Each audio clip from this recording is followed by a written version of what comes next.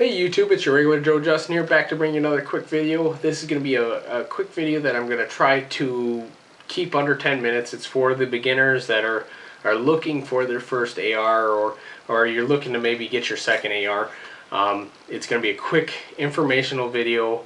I'm going to compare and contrast 4 different brands in a medium tier bracket and what I would consider a higher tier bracket.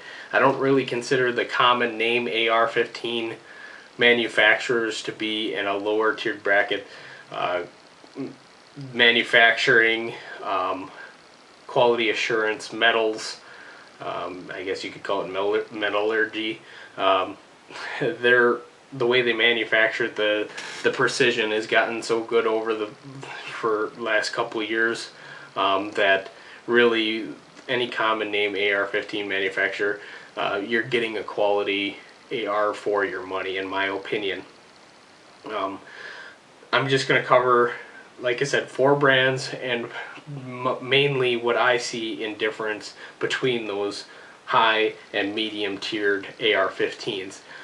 If you want a more comprehensive video on it, or if I missed anything, leave it in the comments below. I appreciate any kind of feedback that you guys leave. So we'll jump right into it then. First off, you want to ask yourself, what am I using this AR-15 for? Am I going to punch paper once every 2 months? Am I going out once a week? Am I going out, once a month? Am I going to be putting 10,000 rounds through a year, or 10,000 rounds every couple months?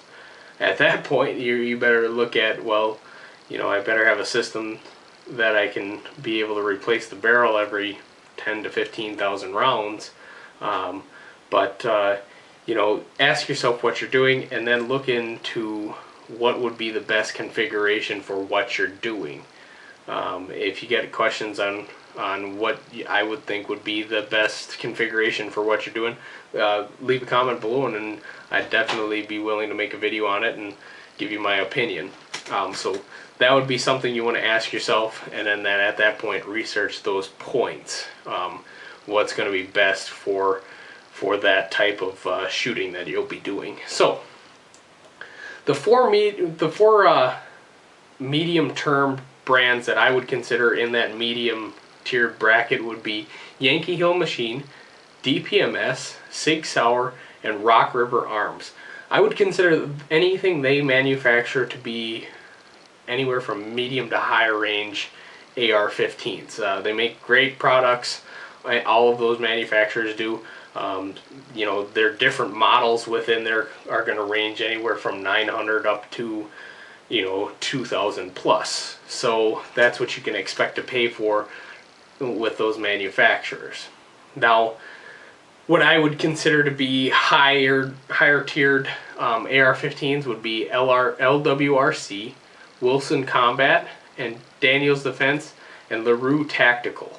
You don't see a lot of Larue Tactical because they're manufacturing, and like I said, they make fantastic rifles also. So I would consider those 4 to be a very high tiered firearm, and you're looking to pay for one of those are going to be anywhere from 2,500, 3,000 plus. So you're getting a lot of quality out of those rifles, and but also you're definitely paying for it. And what I mean, the big difference between, in my opinion, between the medium tiered and the higher tiered AR-15s, you're looking at a little bit better materials in the rifle. You'll see numbers like 440 aluminum or steel. I think it's actually steel. You have to leave a comment below which it is. I can't remember off the top of my head here. Or 770 or 7075 or stuff like that. You're going to see numbers and different things that they might use in their receivers and their barrels and different stuff like that. So the big difference is this is a Yankee Hill Machine upper and a DPMS lower. Great combination. I would consider this to be a higher tiered rifle. I would value it with everything that's on it now around the $2,200 mark, somewhere in there. But the big difference you're going to get between this and an LWRC Wilson's Combat Daniels Defense is you're not getting a cold hammer forged barrel, which is a very high quality barrel. They rate most of those for 10 to 15,000 rounds. You're gonna have, you won't be able to see this on camera, but I'm wiggling the receiver. There's a very small amount of play between the upper receiver and lower receiver. It's not gonna affect your accuracy all that much. Only if you're trying to shoot that, make that 800 yard shot, meter or yard shot, that might affect it a little bit, but I don't see it really affecting anything. You know, it's just got a very, I don't want to make it sound bad because it's not. It's a very little amount of play, but in those brands you're not going to have any of that kind of play because they have what I would consider a lower amount of tolerance. So their tolerances would be a lot lower than these brands. If you ever picked up an LWRC or a Wilson Combat brand, they're gonna be fit well, very well together, and everything's gonna be very solid. Not, like I said, not that this isn't, but that's what you can expect out of that. They're gonna have a little bit more quality products. Basically, that's what you're getting from the rifle is the higher quality. You might get a little bit of higher quality material, and it's going to probably be machined a little bit better. So, like I said, the best, in my opinion, the best money for your buck is going to be those medium tiered rifles. Like I said, you can't really go wrong with them. So, you know, if you got any questions about this, you know, leave a comment below, and I'll be sure to try to answer your question, or make it another video to try to answer your question and be more comprehensive.